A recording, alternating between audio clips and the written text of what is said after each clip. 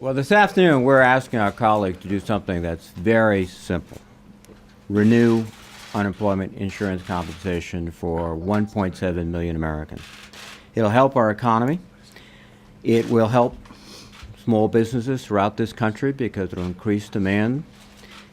It will help employers because we are paying for this by pension smoothing, which is an ability for a company to adjust their contribution to pension plans. And it was done in the Transportation Act under Senator Murray's leadership. We'll extend it, and it's something that business wants.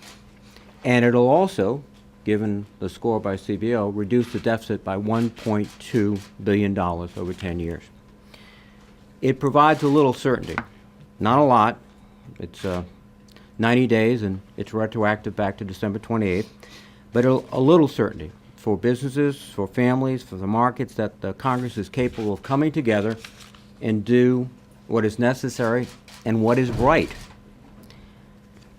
Let's look back. 17 out of 20 times we've done this. It's been bipartisan and with no strings attached, unpaid for, huge majority on both sides. Both Republicans and Democrats have supported it. We extended these benefits 3 times under President Ronald Reagan, 5 times under President George W. Bush, through both Democratic and Republican administrations. And we have, over the last several weeks, bent over backwards to bridge the partisan divide or the theoretical divide. We've compromised on a short-term fix. We started out asking for a year, unpaid for, which was the norm, frankly.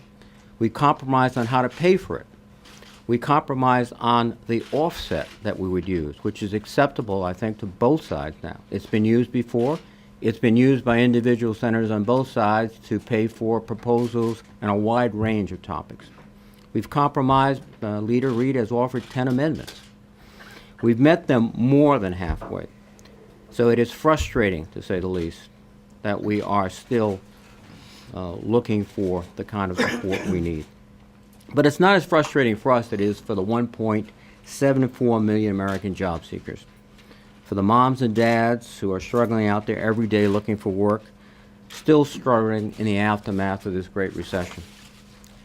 And it's also, I think, somewhat offensive to have these Americans or this process labeled as somewhat immoral and believe that the people out there who are looking for work are lazy, uninspired, just want that $300 check a week. They're not. In fact, many of them are very courageous. They're out there fighting every day against difficult odds. I have a 9% unemployment rate in Rhode Island. There are at least 3 applicants for every job. It is a tough, tough job market. They're not asking for much. They're just asking for a little help to pay the rent, to put some gas in the car, to have a cell phone so if they get a call back, they'll actually receive it.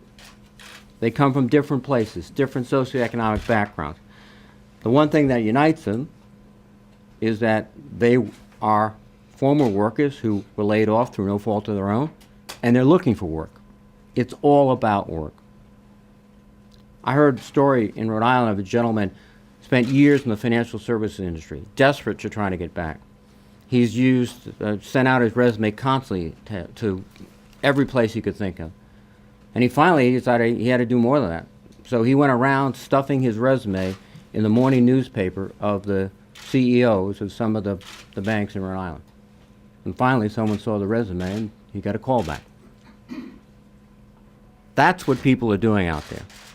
They're not sitting back and vacationing with their $300 check. They're looking for work. So voting for a plan to help put people back to work, to reduce the deficit and provide a little help to many Americans is not immoral. It's the right thing to do. Let me say one other thing, too. We have also looked and determined that an estimated 20,000, about 20,000 of these unemployed out of the 1.7 million are veterans. They fought, they served, they're looking for work, and they lost their benefits. I think we have to help them especially. Thank you.